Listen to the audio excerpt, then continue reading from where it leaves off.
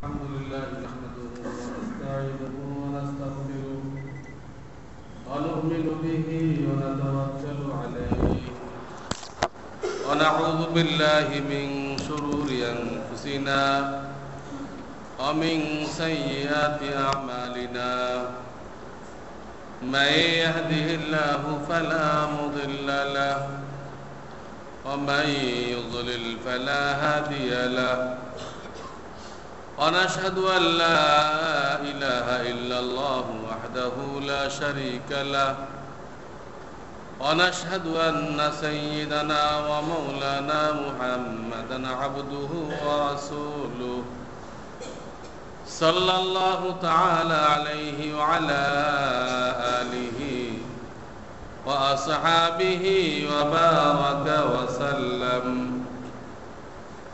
أما بعد فأعوذ بالله من الشيطان الرجيم بسم الله الرحمن الرحيم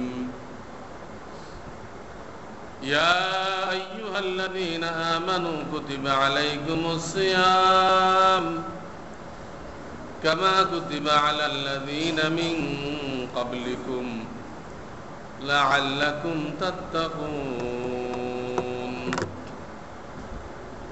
وقال تعالى شهر رمضان الذي أنزل فيه القرآن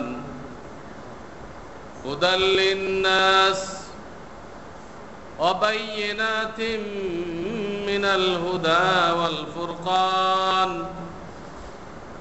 فمن شهد منكم الشهر فليصم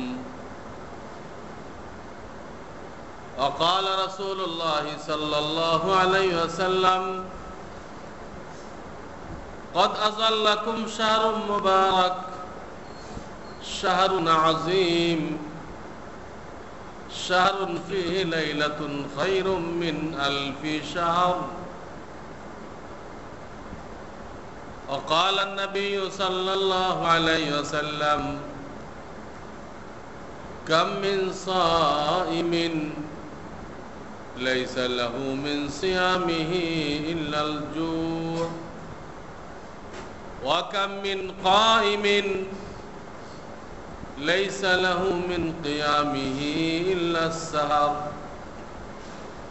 أو كما قال رسول الله صلى الله عليه وسلم बुजुर्गान मोहतरम আল্লাহ রাব্বুল আলামিন প্রত্যেক বছর একবার আমাদেরকে এই মাহে রমজানের নিয়ামত দান করে থাকেন এবং এটা এত বড় নিয়ামত যে হাদিসের মধ্যে আসছে, আমি আগেও বলেছি যে এক একটা রোজা এত দামি মূল্যবান, ইচ্ছা করে যদি একটা রোজা কেউ ছেড়ে দেয়, আল্লাহ না করুক,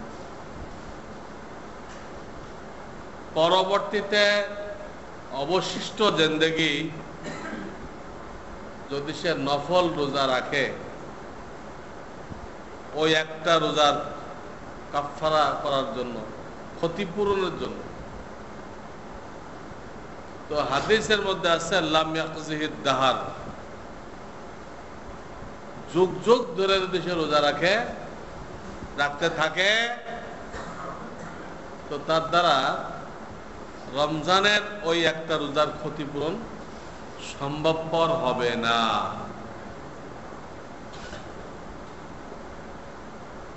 যুগ যুগ ধরে রোজা রেখে রমজানের একটা ফরজ রোজার সমান সব হাসিল করা সম্ভবপর না। রমজানের গুরুত্ব অনুধাবন করার জন্য আল্লাহ রসুল সাল্লাল্লাহু আলাইহি সাল্লামের একটা কথাই যথেষ্ট। যদি আমরা একটু গবেষণা করি, চিন্তা ভাবনা করি, কি বলা হইতেছে, বুঝে আসবে। আর যদি হালকাভাবে শুনলাম, এটাকে অনুধাবন করার চেষ্টা করলাম না, তাহলে বুঝে আসবে। এই জন্য কোরআন কারীমের বিভিন্ন জায়গায় বলা হয়েছে ওয়ালিয়াদাব্বারু ওয়ালিয়াতাফাক্কারু, এই শব্দগুলো ব্যবহার করা হয়েছে। এর অর্থ হলো আল্লাহ এবং আল্লাহর রসুলের কথাগুলো নিয়ে তোমরা ফিকির করো, চিন্তা গবেষণা করো, কি বলা হইতেছে, কি বলা হলো, গবেষণা করো। তাহলে দিলের মধ্যে একটা অনুভূতি সৃষ্টি হবে। এত গুরুত্ব যে কেউ 15 বছর বয়সে বালেগ হয়ে গেল, রোজা ফরজ হয়ে গেল, এখন সে একদিন একটা রোজা ছেড়ে দিল, হয়তো আরো সে 60 বছর বাঁচবে। এই 60 বছর লাগাতার নফল রোজা রাখে, তো এই এক রোজার যে সব সে মাহরুম হয়ে গেল, ওই ঘাটতি পূরণ করতে পারবে না, কোনো সুরত নেই। তাহলে পারতপক্ষে কি পরিমাণ চেষ্টা করতে হবে এই রমজানের রোজাকে সংরক্ষণ করার জন্য। সংরক্ষণ দুই রকম করতে বলা হয়েছে, একটা জাহিরি সংরক্ষণ, একটা বাতিনি সংরক্ষণ। জাহিরি সংরক্ষণ কি? সবে সাদেক থেকে নিয়ে সূর্য পুরোপুরি অস্ত যাওয়া, এই টাইমের মধ্যে খানা পিনা বিবি, এই তিনটা জিনিসের ব্যবহার নিষিদ্ধ। এগুলো মূলত হালাল, রমজানের দিনে নিষিদ্ধ, রমজানের রাত্রে না, দিনে নিষিদ্ধ। আর যেগুলো হারাম, এগুলো দিনে রাতে সবসময় নিষিদ্ধ। যেগুলো মূলত হারাম, মূলত নিষিদ্ধ, হলো রোজা রেখেও হারাম, রাত্রেও হারাম। আর এই তিনটা জিনিস মূলত হালাল, কিন্তু রমজানের দিনে নিষিদ্ধ। আল্লাহ তাআলা আমাদেরকে ট্রেনিং করাইতেছেন, তোমরা আমার খাতিরে রোজা রেখে হালাল ছেড়ে দিলাম। হালাল বস্তু আমি সাময়িক দিনের বেলা মানা করেছি, তোমরা এটাকে বর্জন করলে। তা আমার খাতিরে যেগুলো আবাদুল আবাদ হারাম, সর্বদা হারাম, স্থায়ী হারাম, সেগুলো বর্জন করো। ওইগুলো বর্জনে শক্তি অর্জন করার জন্য, শক্তি সঞ্চয় করার জন্য আল্লাহ তাআলা উপায় উপকরণ বানাইছেন, বাহানা বানিয়েছেন হালাল বস্তুকে নিষেধ করে। আমার কথায় হালালটা ছেড়ে দিলাম, তা আমার কথায় আমার বন্ধু হওয়ার জন্য, আমার ওলি হওয়ার জন্য হারামটাও ছাড়ো। সারা জীবনের জন্য হিম্মত না হলে রমজানের জন্য হিম্মত করো। এটা হলো রোজার রূপ, রোজার বাতিনি সংরক্ষণ। তো দুই রকম সংরক্ষণের কথা বলা হয়েছে, রোজাকে দুই রকম সংরক্ষণের কথা বলা হয়েছে, জাহেরি বাতিনি। জাহেরি সংরক্ষণ সবে সাদেক থেকে বেলা ডুবা পর্যন্ত খানা পিনা বিবি এর থেকে বিরত থাকতে হবে। আর বাতিনি সংরক্ষণ, গুনাহ করা যাবে না, চোখের গুনাহ, কানের গুনাহ, জবানের গুনাহ, হাতের গুনাহ, পায়ের গুনাহ, দিল ও দিমাগের গুনাহ, মানুষ যে গুনার চিন্তা ভাবনা করে, পরিকল্পনা করে, এটা হলো দিল ও দিমাগের গুনাহ। গুনার থেকে পরেজ করা এটা হলো বাতিনি সংরক্ষণ। খানা পিনা বন্ধ রাখা জাহেরি সংরক্ষণ। দুই রকম সংরক্ষণের কথা বলা হয়েছে।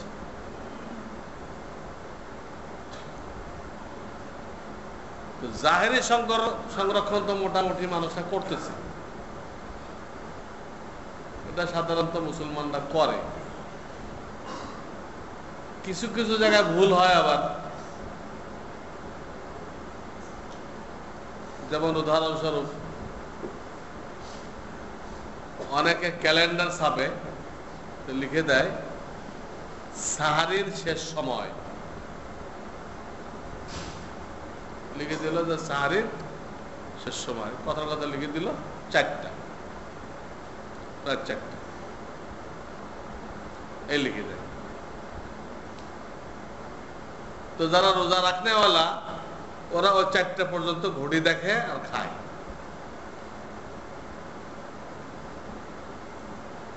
তো ঘড়ি সব মানুষের কারেক্ট থাকে না, কারো একটু ফাস্ট থাকে, কারো স্লো থাকে। কিন্তু স্লো আলোরও খবর নেই, আমারটা 2 মিনিট স্লো, খবর নেই। তো সে তার ওই ঘড়ি দেখে দেয় আর ক্যালেন্ডার দেখে দেখে 4টা পর্যন্ত খাইতেছে। পরে বাস্তবে দেখা গেল যে এই লোকটা সাহারির টাইম শেষ হওয়ার পরে 2 মিনিট পর্যন্ত খাওয়া দাওয়া করছে। অর্থাৎ সুবহে সাদেক হওয়ার পরও সে 2 মিনিট খাওয়া দাওয়া করছে। তো এই লোকটার রোজার জাহেরি সংরক্ষণ হয় নাই। সে মনে করতেছে, লোকেরা মনে করতেছে তার রোজা হয়ে গেছে, কিন্তু আসলে হয় নাই। যারা ক্যালেন্ডার তৈরি করছে তাদের ভুল। কেন সাহারির শেষ টাইম লিখলো? তাদের উচিত ছিল সতর্কতামূলক এর 5 মিনিট আগে টাইমটা লিখে দেওয়া। মূল সুবহে সাদেক থেকে 5 মিনিট আগে লিখবে, সাহারি ও তাহাজ্জুদ শেষ করবে 5 মিনিট আগে, যাতে করে যদি কারো ঘড়ি স্লো থাকে, এই স্লো ঘড়িওয়ালা এই ক্যালেন্ডার দেখে খায়। তাহলে সতর্কতা যে 5 মিনিট, তার 2 মিনিট সে খাইলো, তারপর 3 মিনিট তার হাতে কি আছে? সতর্কতা টাইম আছে। রোজা নষ্ট হওয়ার মতো কিছু হয়নি। কিন্তু যখন আপনি বর্ডার লাইন লিখে দিবেন ক্যালেন্ডারে, বর্ডার লাইন একদম, যার পরে 1 মিনিট হাতে হাতে নেই, এদিক দিয়ে অনেক মানুষের ঘড়ি চলো, হেও বর্ডার লাইন পর্যন্ত খাবে, খেয়ে পরে দেখা যাবে যে বর্ডার পার হয়ে গেছে। 2 মিনিট সে খাইছে, সুবহে সাদেকের পরে তার রোজা নষ্ট হয়ে গেল। এই করে কি হলো? এদিক দিয়ে ক্যালেন্ডারওয়ালা করছে এক ভুল, আর ঘড়িওয়ালা করছে আর এক ভুল। 2 ভুল করে সারাদিন কষ্ট করলো, রোজা হলো, জাহেরি সংরক্ষণ হলো না।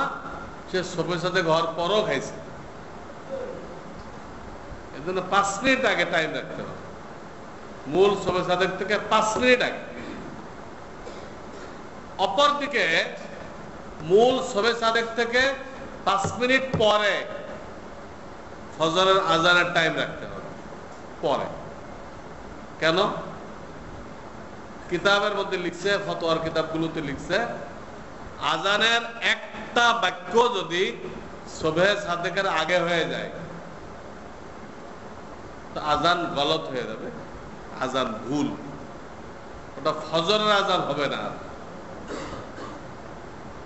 এখন অনেক ক্যালেন্ডারে করে কি, ওই সুবহে সাদেক কয়টা হবে এটা লিখে দেয়, আর মুয়াজ্জিন সাহেবরা ওই সময় আজান শুরু করে দেয়। অথচ কোনো মুয়াজ্জিন সাহেবের ঘড়ি বা মসজিদের ঘড়ি 1 মিনিট 2 মিনিট ফাস্টও থাকতে পারে। প্রত্যেকদিন তো লোকেরা মিলায় না। তো সেই ক্যালেন্ডার দেখে শবে সাদেকের শুরুতে আজান শুরু করে দিচ্ছে, কিন্তু বাস্তবে দেখা গেল ওই আজানটা 2 মিনিট আগে শুরু হয়েছে। ঘড়ি অ্যাকুরেট না হওয়ার কারণে, চূড়ান্ত ঠিক না হওয়ার কারণে সে ক্যালেন্ডারও দেখছে, ঘড়িও দেখছে, কিন্তু বাস্তবে এই আজানটা 2 মিনিট আগে হয়েছে। হয়তো একটা ক্ষতি হলো, ওই আজানটা বাতিল। ওই দিন ওই মসজিদে আজান ছাড়া জামাত হয়েছে, তো তাদের জামাতে কষ্ট করে যারা আসলো এদের সওয়াব কমে গেল। এই একটা ক্ষতি।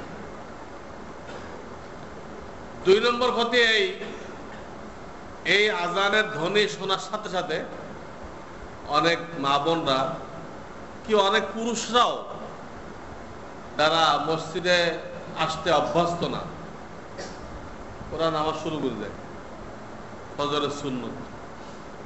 আজান হয়ে গেছে, ওয়াক্ত হয়ে গেছে, নামাজ শুরু করে দেয়, অথচ এই আজান হইতেছে ওয়াক্তের আগে। এই সময় নামাজ পড়লে তো তার নামাজ হবে না। ঘরে যারা নামাজ পড়লো এই আজান শুনে এদের নামাজ হলো,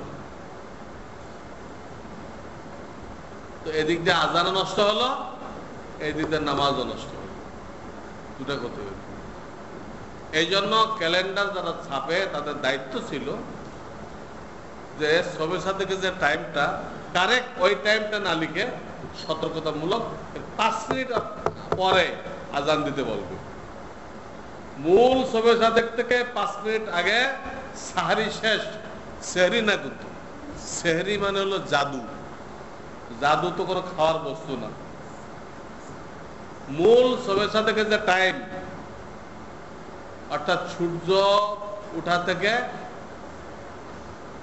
বিভিন্ন সিজনে বিভিন্ন রকম হয়, প্রায় 1 ঘন্টা আগে শবে সাদেক হয়। সূর্য তখন উদয়স্থল থেকে 18 ডিগ্রি নিচে থাকে, 18 ডিগ্রি নিচে থাকে। তখন যে আলোটা ছড়াই পড়ে সাদা আলো, এটার নাম শবে সাদেক। যে আলোটা উত্তর দক্ষিণে চওড়া থাকে, সাদা আলো, এটার নাম শবে সাদেক। এর 15 মিনিট আগে আরেকটা আলো আসে, এটা এরকম তাল গাছের মতো খাড়া, ওটাকে বলা হয় শবে কাযেব। ওটা কিন্তু ওই সময় আজান দেওয়া জায়েজ নেই। ওটা হলো শবে সাদেক যে আসতেছে তার একটা সিগন্যাল, তার একটা সিগন্যাল যে কিছুক্ষণের মধ্যে, অর্থাৎ 15 মিনিট পরে শবে সাদেক হয়ে যাবে। ওটা সিগন্যাল দিচ্ছে এই খাড়াটা, কিন্তু খাড়াটার পরেও খাওয়া দাওয়া করা যাবে। আর যখন আলোটা উত্তর দক্ষিণে ছড়ানো থাকবে তখন আর খাওয়া দাওয়া নিষেধ। তো বলতেছিলাম যে যখন ওই উত্তর দক্ষিণে আলোটা ছড়ায় পড়লো, এটাকে বলা হয় শবে সাদেক। সুবহে সাদেক সত্য প্রভাত, আর খাড়া যেটা কেন শবে কাযেব, মিথ্যা প্রভাত। কাযেব মানে মিথ্যা। কারেক্ট শবে সাদেক যেটা, এর 5 মিনিট আগে তাহাজ্জুদ এবং সাহরি খাওয়া বন্ধ করে দিতে হবে। আর মূল শবে সাদেক থেকে 5 মিনিট পরে আজান শুরু করতে হবে। তাহলে সাহরি বন্ধ, আজান শুরু, এর ভিতরে 10 মিনিটের গ্যাপ থাকবে। সাহরি বন্ধ, সাহরি শেষ টাইম না, কিন্তু সাহরি খাওয়া বন্ধ, আর ফজরের আজান। সাহরি খাওয়ার ব্যাপারেও সতর্কতা করা হয়েছে 5 মিনিটের, আজানের ব্যাপারেও সতর্কতা করা হয়েছে 5 মিনিটের। 10 মিনিটের গ্যাপ আছে, এই গ্যাপটা রাখতে হবে মসজিদে আসার জন্য, নামাজের প্রস্তুতির জন্য।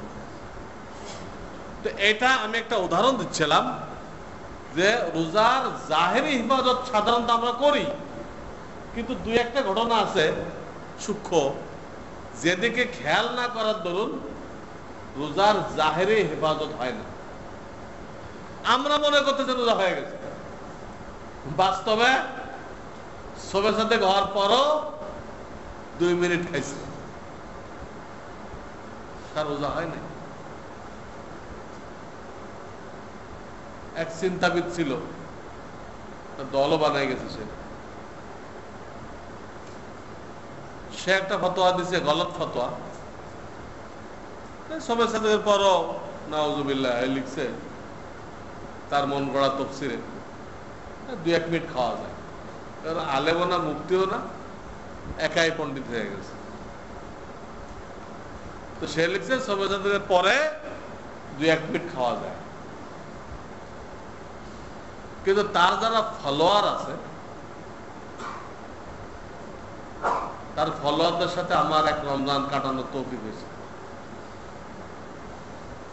আমার পক্ষের লোকও ছিল ঢাকা টিচার্স ট্রেনিং কলেজে, আমি তোমার লালবাগের শিক্ষক।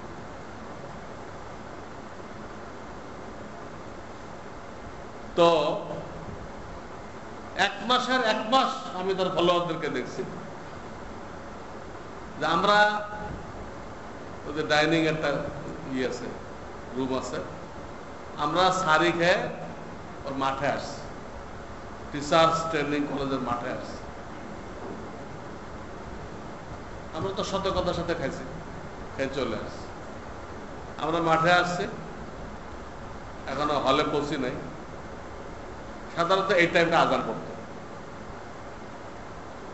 আর ওই চিন্তাবিদের ফলোয়াররা মাঠে দেখা হতো, ওনারা তখন খাওয়ার জন্য দেখেছেন। আমরা খাওয়ার জন্য মাঠে আসছি, আর ওনারা ওইখানে বসছেন আর দিক থেকে, ওনারা খাইতে দিতেছেন। তাদের নেতায় লিখছে 1-2 মিনিট খাওয়া যায়।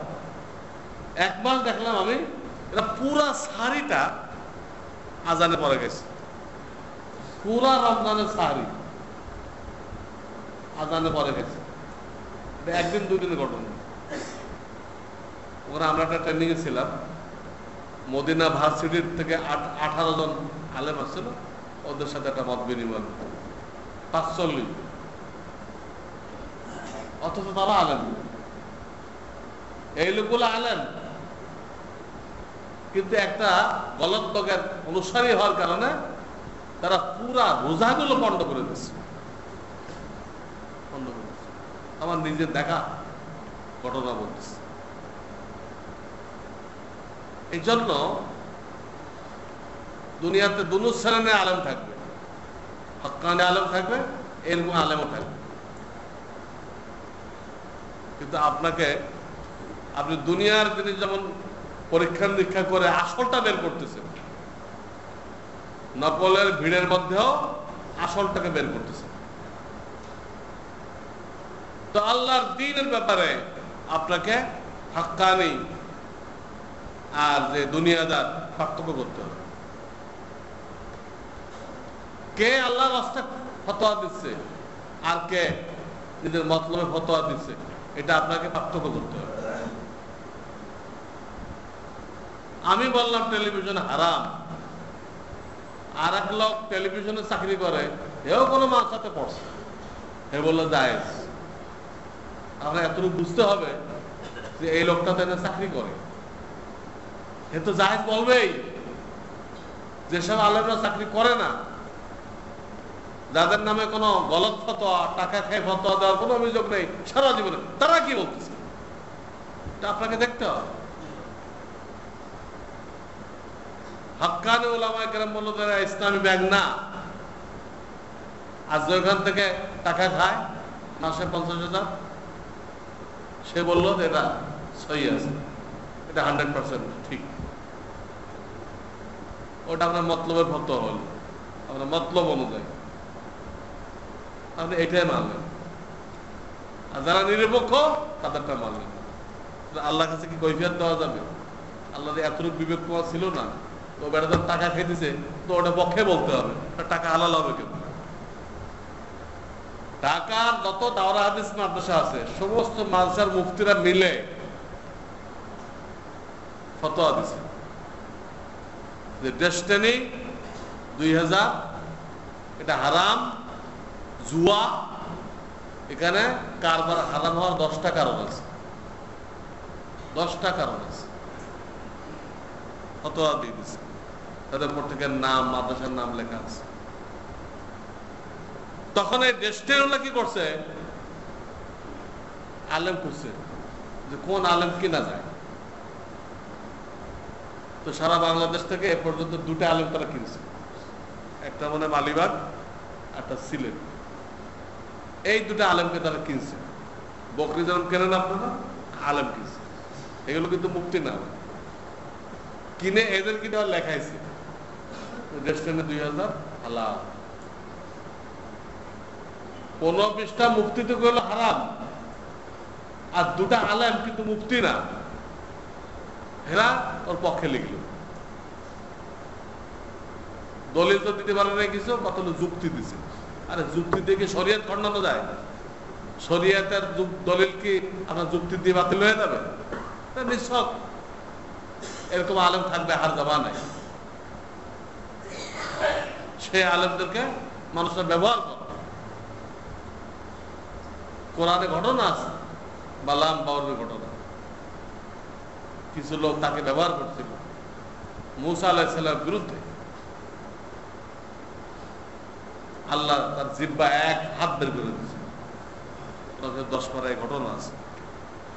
তো ওই জামানায় একটা লোককে কিনছে নবীর বিরুদ্ধে। তো কিয়ামত তাক হক্কানি উলামায়ে কেরামের বিরুদ্ধে কিছু আলেমকে দাঁড় করানো হবে। আপনাকে বুঝতে হবে যে যারা নিরপেক্ষ তারা কি বলতেছে, আর যে ওটা সদস্য সে কি বলতেছে। কিন্তু হালাল বলবেই, কিন্তু আগে হারামের সদস্য হয়ে গেছে। এইভাবে প্রত্যেকটা জায়গায় আপনাকে হক্কানিও থাকবে, দুনিয়াদারও থাকবে। মাওলানা শামসুল হক ফরিদপুরি রহমাতুল্লাহ আলাইহি বাংলাতে একটা কিতাব লিখছেন, অসৎ আলেম ও পীর। এই মর্মে আল্লাহ রসুল উম্মতকে সতর্ক করে গেছেন অসৎ আলেম ও পীর কাকে বলে। একটা আলামত ওখানে আসছে হাদিসের মধ্যে, ওলামারা যতক্ষণ সরকারের তরফদারি না করবে ততক্ষণ দিনের আমানতদার থাকবে। সরকারের তরফদারি না করবে, পক্ষপাতিত্ব না করবে। যখন কোন আলেমকে দেখবা বিভিন্ন সরকারের জালেম সরকারদের পক্ষে কথা বলতেছে, তো তার কাছে আর আমানত নেই। দিনের আমানত আল্লাহ তার থেকে নিয়ে গেছে। হাদিস শব্দ আল উলামা উমানা উদ্দিন, আলেমদেরকে তখন আমানতদার মনে করো দিনের।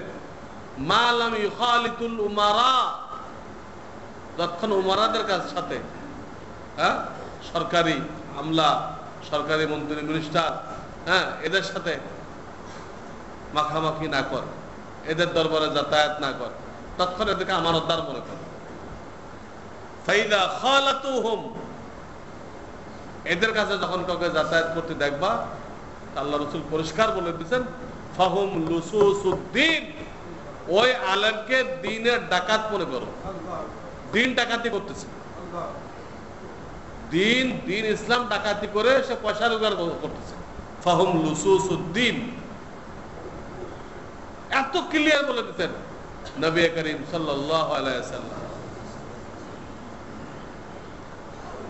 এই জন্য অনেকে বলে ফেলে হুজুর আপনারা তো দুই রকম বলেন, আমরা কোনটা মানব? ঠিকই, হক্কানের ওলামায়ে সু দুই রকম বলবে। কোনদিন এটা হবে না হুজুর আপনারা এক হয়ে বলেন, এক হয়ে একটা বলেন না, কোনদিন হবে না। হক্কানিওয়ালা ওলামায়ে সুর সাথে মিলবে না। আর ওলামায়ে সু যে সে কি করবে না, সে হক্কানির সাথে মিলবে না। কারণ যত ওলামায়ে সু আছে এদেরকে সমস্ত ইহুদি কাফেরদের পক্ষ থেকে মাসিক বেতন দেওয়া হয় ওই কথাগুলো বলার জন্য। যদি সে তওবা করে হক্কানির সাথে মেলে তো ওর তো ভাতা বন্ধ হয়ে যাবে। কোন ওলামায়ে সু যদি হক্কানি ওলামায়ে কেরাম দলে আসে, ওর রিজিক বন্ধ হয়ে যাবে। যত বাতিল পীর আপনি দেখতেছেন বাংলাদেশে, প্রত্যেকটা বাতিলের ফাইল এনজিওর অফিস আছে। বড় বড় যে এনজিও গুলো, এদের অফিসে এদের ফাইল আছে, সেখান থেকে মোটা অঙ্কের টাকা দাও। তোমরা খুব পত্রিকা বের করো, খুব ওয়াল লেখো, এই করো সেই করো, বিভ্রান্তি ছড়াও, টাকা যত লাগে আমরা দিব। এগুলো ইহুদিরা জানে। আমরা যে পরিমাণ কোরআন হাদিস রিসার্চ করি, এর থেকে অনেক গুণ বেশি করে ইহুদিরা করে। আমাদের কোন দিক দিয়ে ধোঁকা দেওয়া যাবে, ওই লাইনগুলো বের করে, ওই লাইনগুলো বের করে, ওই লাইনে তারা কাজ করে। মুসলমানদেরকে হাদিসে বলে গেছে আমার উম্মত এই এই গুনাহ করে ধ্বংস হবে, হাদিসে বলা আছে। তখন ইহুদিরা চেষ্টা করে এই গুনাহগুলো করানোর জন্য কি কি ব্যবস্থা করতে হবে, মুসলমানদেরকে দিয়ে এই এই গুনাহগুলো করানোর জন্য আমাদের ব্যবস্থা নিতে হবে। এই গুনাহগুলো যখনই করানো যাবে, তখনই তাদের নবী বলে গেছে যেটা ধ্বংস হয়ে যাবে। কারণ আমাদের যুদ্ধ করে ধ্বংস করা লাগবে না, ওরা নিজেরাই আল্লাহর পক্ষ থেকে ধ্বংস হয়ে যাবে। ওরা প্রত্যেক দেশে বিরাট বিরাট এই ইসলামিক ল বিভাগ করছে, এবং সেখানে সমানে ইহুদরা খ্রিস্টানরা এই বুখারী মুসলিম নিয়ে ঘাটাঘাটি করতেছে, ফতোয়া শামী ফতোয়া আলমগীরি নিয়ে খুব ঘাটাঘাটি করতেছে। এবং সেখানে এক একটা লেকচার কি তুখা, এবং সেখানে হায়ার লেভেলের যারা নাকি শিক্ষাবিদ, এগুলো সাধারণত ইহুদি মহিলা। ইহুদি এরা সবচেয়ে বেশি বুঝে। এদের কাছ থেকে কেউ পড়ে আসলে যে কোনো গভর্নমেন্ট তাকে ইসলামী পণ্ডিত বলবে, কিন্তু ওই পণ্ডিতের উস্তাদ হলো ইহুদি মহিলা। যে কোনো মুসলিম কান্ট্রি তাকে ইসলামী পণ্ডিত বলবে, কিন্তু আল্লাহ রসুল তাকে ইসলামী পণ্ডিত বলবে না। আল্লাহ রসুল বলতে চায় কারোর এলেম দ্বারা যদি তোমরা ফায়দা হাসিল করতে চাও, দেখো ওই লোকটা সনদ আমি মুহাম্মদ রাসূলুল্লাহ পর্যন্ত আছে কিনা, এবং সেই সনদে সব আল্লাহওয়ালা ব্যক্তি থাকতে হবে। সনদে কারা থাকতে হবে? সব আল্লাহওয়ালা। যেমন এলেম ছিল তেমন আমল ছিল। এলেমওয়ালা আমলওয়ালা ব্যক্তিদের সমন্বয়, তার সিলসিলা, তার ধারাবাহিকতা আমি মুহাম্মদ রাসূলুল্লাহ পর্যন্ত পৌঁছে কিনা। যদি পৌঁছে, ওই আলেমের এলেম থেকে তোমরা ফায়দা হাসিল করো। যদি না পৌঁছে, ওই যে একটা চিন্তা আমি বললাম, সে পড়ে নেই কারো কাছে, তো সে রাসূলুল্লাহ পর্যন্ত সনদ বয়ান করবে কিভাবে? এই চিন্তাবিদ আলিয়া মাদ্রাসার 6 ক্লাস পড়ছে, আর পড়ে নেই। তার বাপ মারা গেছে, জমিয়াত পত্রিকা চাকরি দিয়েছে, পড়ায় নাই, সনদ কোত্থেকে বয়ান করবে? মুহাম্মদ রাসূলুল্লাহ পর্যন্ত যে সিলসিলা, কোত্থেকে বয়ান করবে? নেই। আর ওই যে যারা বিভিন্ন কাফের কান্ট্রি থেকে ইসলামের উপরে ডিগ্রি নিয়ে আসছে, ওরা কেমনি বয়ান করবে? ওদের টিচার তো ইহুদি মহিলা। আপনি যে সনদ বয়ান করবেন মুহাম্মদ রাসূলুল্লাহ পর্যন্ত, ওখানে কোনো কাফেরের নাম বলিতে হবে না, খালি মুসলমান হইলে হবে না, এলেমওয়ালা আমলওয়ালা হইতে হবে। উলামায়ে কেরামকে যে সনদ পেশ করতে পারা হয়েছে, আল উলামা ওয়ারাসাতুল আম্বিয়া, উলামারা নবীদের ওয়ারিস। তো ওয়ারিস দাবি করতে গেলে আপনাকে ওই পর্যন্ত ধারাবাহিকতা পৌঁছাইতে হবে, যে আমি এলেম শিখছি, বুখারী শরীফ পড়ছি, অমুক কিতাব পড়ছি অমুক ব্যক্তির কাছে, তিনি অমুক ব্যক্তির কাছে, তিনি অমুক ব্যক্তির কাছে। এইভাবে ধারাবাহিকতা পৌঁছাইতে হবে কোন পর্যন্ত? মুহাম্মদ রাসূলুল্লাহ সাল্লাল্লাহু আলাইহি ওয়াসাল্লাম। তো মাঝখানে আপনি যে লোকগুলোর নাম বলবেন, সেই লোকগুলো মুসলমান তো হইতেই হবে, সেই সাথে তার কাছে এলেম থাকতে হবে, আমল থাকতে হবে। এখন বিভিন্ন অস্ট্রেলিয়া থেকে, আমেরিকা থেকে, কানাডা থেকে যারা ইসলামের উপরে ডক্টরেট করে আসছে, তারা যদি পড়তে পড়ছেন, আপনি অমুক ভার্সিটির ইসলামিক ল ডিপার্টমেন্টে পড়ছি, কে আপনাকে বুখারী পড়ছিল? অমুক ইহুদি লেডি। পয়লা চান্সেই তার থেকে কোনো কিছু জানা গ্রহণ করা আপনার জন্য যায় না। কারণ আল্লাহ তাআলা ইসলামের দুশমনদের তালিকা দিচ্ছেন 6 নম্বর পারা শেষ আয়াত। 1 নম্বর আছে ইহুদিদের নাম। মুসলমানদের দুশমনের যে তালিকা দিচ্ছেন আল্লাহ তাআলা, এখানে ফার্স্ট সিরিয়াল হলো ইহুদিদের। সেই ইহুদি, তাও আর মহিলা, একটা ইসলামের টিচার কিভাবে হয়? এই ইহুদিরা, শিয়ারা ইসলামের উপরে ইতিহাস লিখছে। বসুন্ধরা মাদ্রাসা একটা শিয়াদের লেখা ইতিহাস আছে, এটা 120 কি 30 খন্ড, বিশাল একটা তাক। আমাদের বছর এই বছর তো ওই কথা একটা ইতিহাস শিয়াদের লেখা, আরবিতে লিখছে। ওদের টাকার অভাব নেই। এইটা আবার করছে ইংরেজিতে করছে। সেটা বিভিন্ন দেশের পণ্ডিতরা তাদের দেশে তর্জমা করছে। তারা লিখছে আরবিতে, তারপরে এটা ইংরেজি হয়েছে, এরপর বিভিন্ন দেশে ওই ভাষা অনুবাদ হয়েছে। কিন্তু সঠিক ইতিহাস যারা লিখছে, তাফসীরে ইবনে কাসির যিনি লিখছেন, উনি ইসলামের সহিহ ইতিহাস লিখছেন। ওটার নাম হলো আল বিদায়া ওয়ান নিহায়া, সহিহ ইতিহাস। তিনি তাফসীর লিখছেন, তাফসীর খুব অথেন্টিক, তাফসীরে ইবনে কাসির। এইটা কিন্তু কেউ ইংরেজি করে নাই। একটা মুসলমান লিখছে, তো এর পক্ষে কোনো ফান্ড নেই, এটা কেউ ইংরেজি করে না। তাই কোনো দেশে ঢোকেও নেই। ও ঢুকছে কোনগুলো? ইহুদিদের লেখাগুলো। আর ইহুদির লেখাগুলো যা ঢুকছে, তো ওই দেশের ছেলেপেলে যারা ইসলামী হিস্ট্রি পড়ছে, তারা ওইটা পড়ছে, ওই ইংরেজিটা। ওটা গোড়া তো আসছে ইহুদির থেকে। তো ওরা তো লেখার সময় জায়গায় জায়গায় এমন কিছু বিষ ঢুকাই দিছে যে আপনি ইসলামের ইতিহাস পড়বেন, আস্তে ইসলাম থেকে বের হয়ে যাবেন। ইসলামের পণ্ডিত, কিন্তু আপনার নিজের ঈমান নেই। এই জন্য যেই ভার্সিটি থেকে ইসলামিক হিস্ট্রি পড়বে, তাকে জিজ্ঞেস করান, সে বলবে উসমান গনি রাদিয়াল্লাহু তাআলা সজল বৃদ্ধি করছে, বলেন নাউজুবিল্লাহ।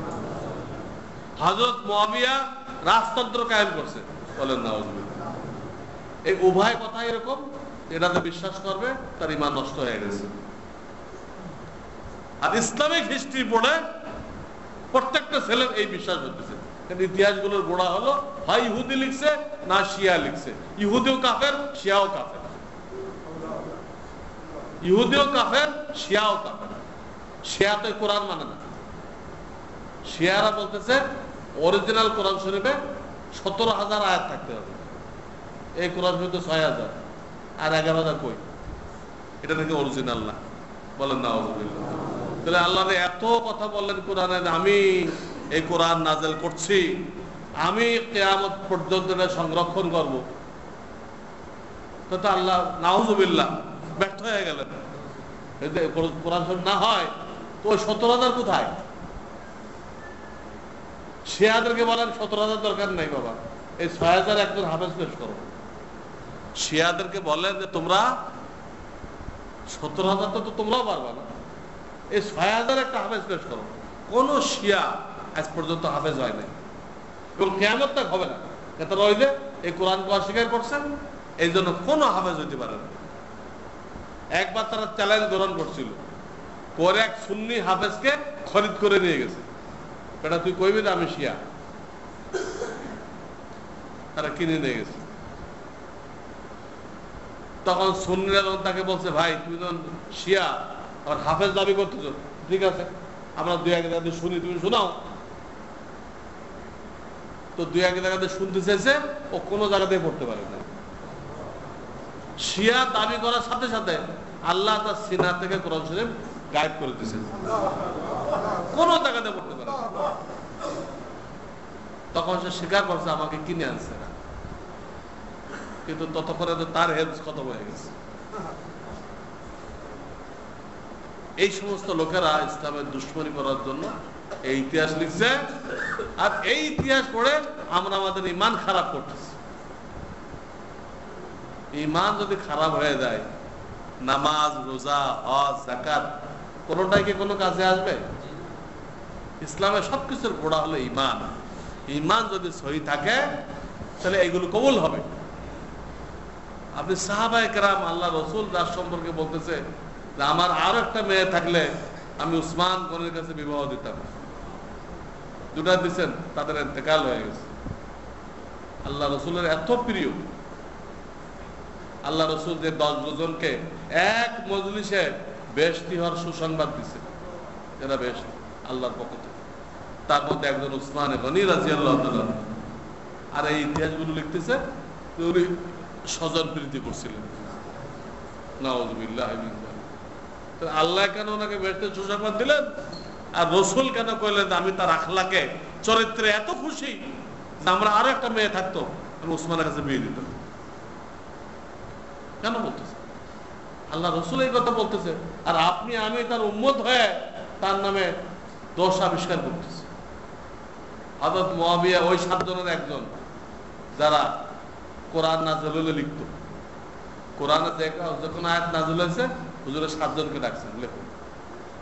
একজন হযরত মুআবিয়া। আল্লাহ রসুল তার জন্য দোয়া দিয়েছেন, আল্লাহ তাকে হেদায়েতের উপর কায়েম রাখেন।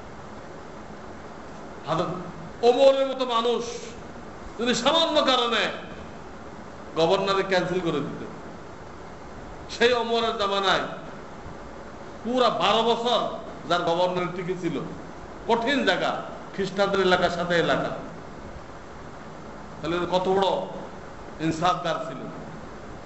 তার ব্যাপারে ইতিহাস লিখে দিছে, উনি রাজতন্ত্র কায়েম করছিল।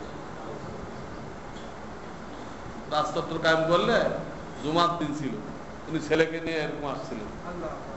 আচ্ছা, আল্লাহ কাছে সবাইকে নিয়ে দোয়া করে, আল্লাহ আমি যে পরামর্শ ক্রমে পরবর্তী খলিফা আমার ছেলেকে ঘোষণা করলাম, আমি তো ইসলামের খাতিরে করছি।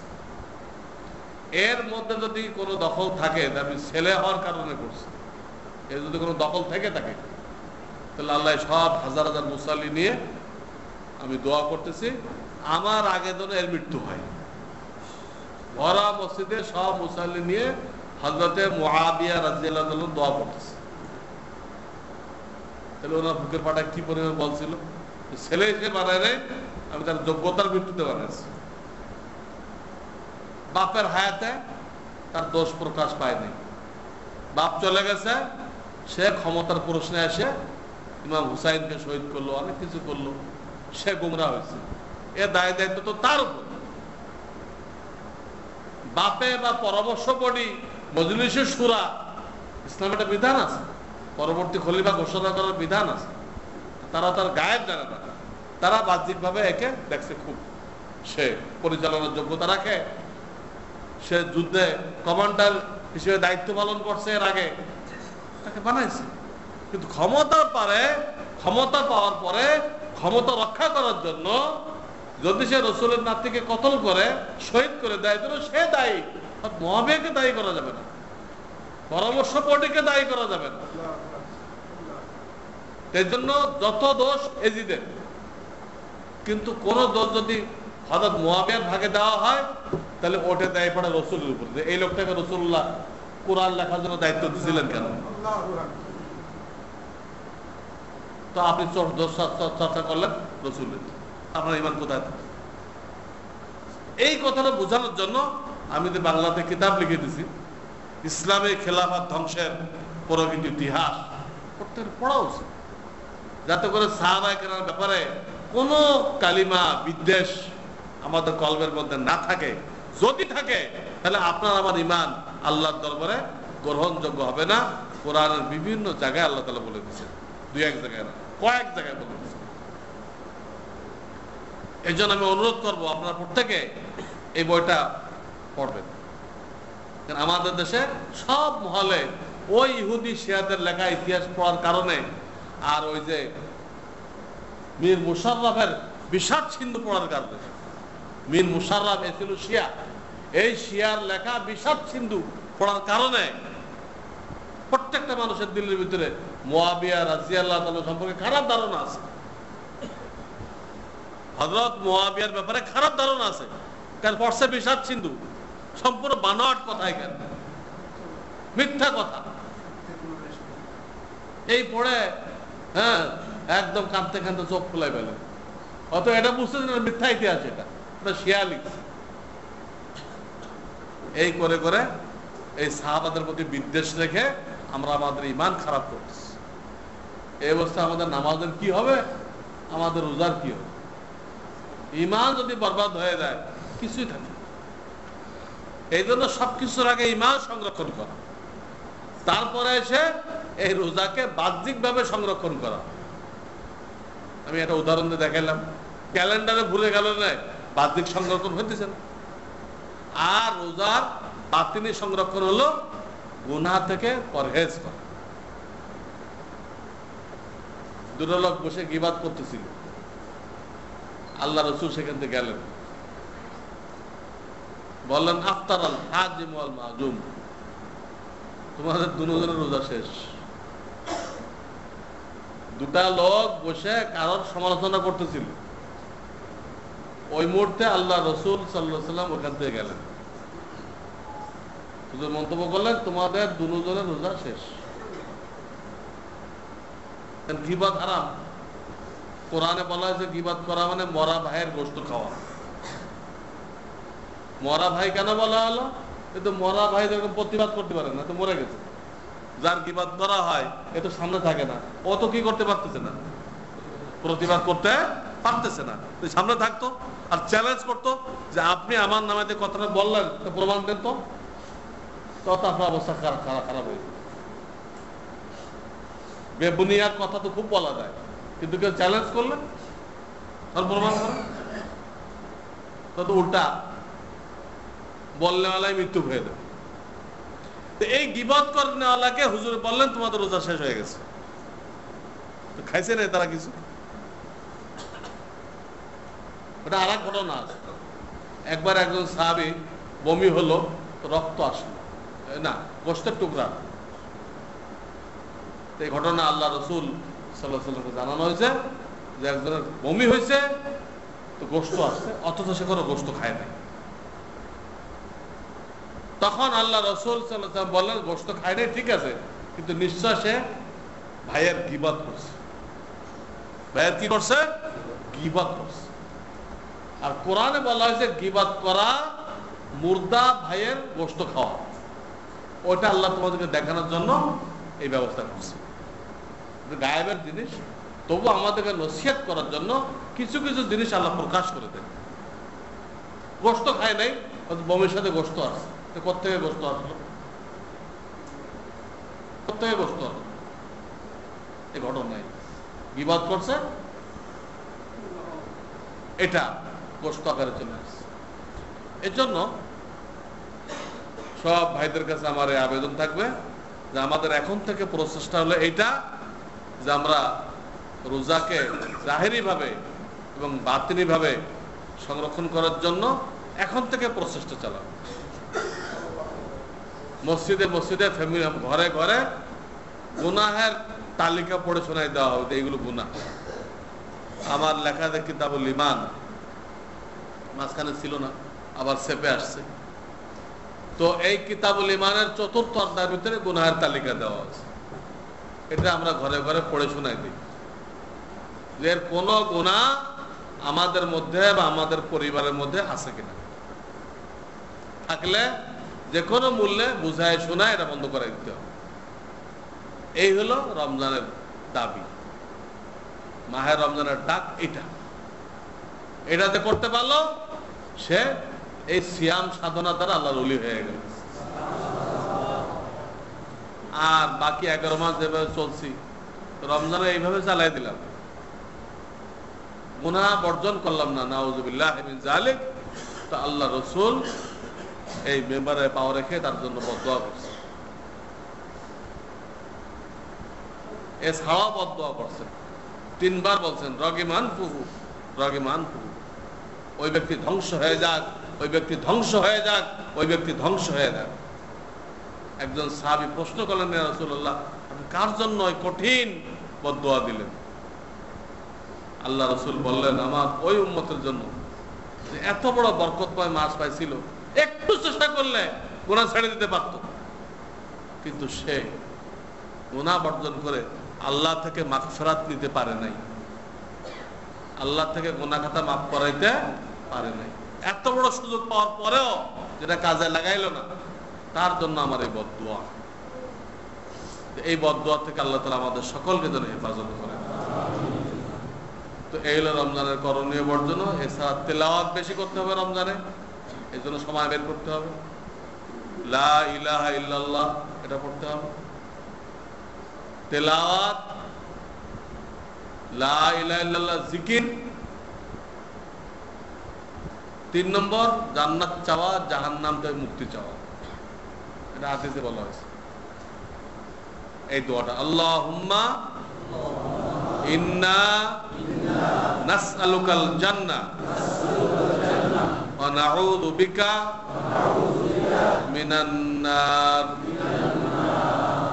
এই দোয়াটা, আল্লাহুম্মা ইন্না নাসআলুকাল জান্নাহ ওয়া নাউযু বিকা মিনান নার। এই দোয়াটা পড়ব। আর ইফতারের সময় যখন নিকটবর্তী হয়ে যাবে, ইফতারের সামনে নিয়ে বসবো, তখন এই দোয়াটা পড়বো, ইয়া ওয়াসিআল মাগফিরা ইগফিরলি। এটা পড়তে থাকবে যে কয়বার। হে বিশাল ক্ষমা ঘোষণাকারী, দয়া করে আমাকেও কি করো, ক্ষমা করে দাও। এটা পড়তে থাকবো। এরপর যখন নিশ্চিত ইফতারের সময় হয়ে গেল, তখন আমরা বিসমিল্লাহি ওয়া আলা বারাকাতিল্লাহ বলে খুরমা খেজুর দ্বারা ইফতার শুরু করব। কোনো ফরজ যাবে না, ভালো উত্তম। বিসমিল্লাহি ওয়া আলা বারাকাতিল্লাহ বলে কি করব, খুরমা খেজুর থাকলে, না থাকলে অন্য কোনো ফল দ্বারা, তাও না থাকলে পানি দ্বারা আগে শুরু করব। আগেই ভাজা পোড়াতে যাব না, শুরু করব। মাগরিবের জামাতের দিকে খেয়াল করব, কিন্তু ক্ষুধা অবস্থায় জামাতে আসা নিষেধ। এই জন্য শরীয়তের হুকুম মোতাবেক রমজানে একটু দেরি করে জামাত শুরু করা হয়। পেটের ক্ষুধা নিয়ে নামাজ পড়া নিষেধ। ওই হাদিস ঠিক রাখার জন্য একটু টাইম দেওয়া হয়, যাতে লোকেরা ক্ষুধাটা মিটে জামাতে হাজির হইতে পারে। ইফতারি যখন খাওয়া শেষ হবে, তখন একটা দোয়া হলো এই, আল্লাহুম্মা লাকা সুমতু ওয়া আলা রিজকিকা আফতারতু। এই দোয়াটা পড়বো। আমরা কিন্তু এটা আগে পড়ি, এটা ইফতার খেয়ে পড়তে হবে। আর একটা দোয়া আছে, যাহাবা জামাউ আবতাল্লাতিল উরুকু ওয়া থাবাতাল আজরু ইনশাআল্লাহ। এর অর্থ হলো পিপাসা দূর হয়ে গেছে, শরীরের রগগুলো তাজা হয়ে গেছে, এবং রোজার বিনিময় আল্লাহর দরবারে সাব্যস্ত হয়ে গেছে। এটা পারলে পড়বেন। আমার লেখা যে মাসনুন দোয়া ওর ভিতরে আছে। সর্বশেষ কথা, রমজানের তারাবি হেফাজত করার জন্য 2 গুণওয়ালা হাফেজ নিয়োগ দিবেন, যার তেলাওয়াত বোঝা যায়, তেলাওয়াত বোঝা যায়।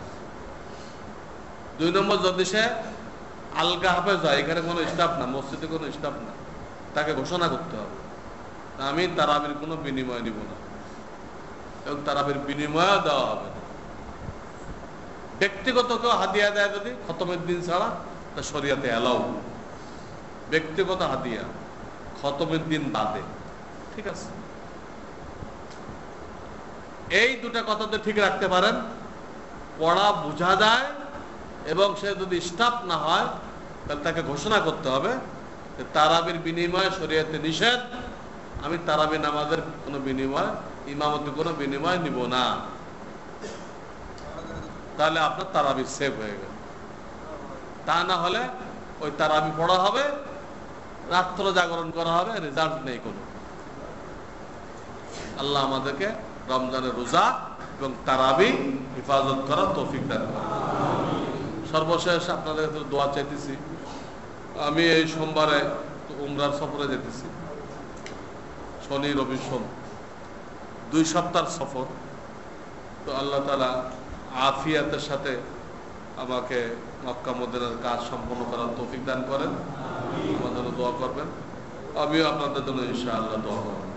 ওয়া আখিরু দাওয়ানা আনিল হামদুলিল্লাহি রাব্বিল আলামিন।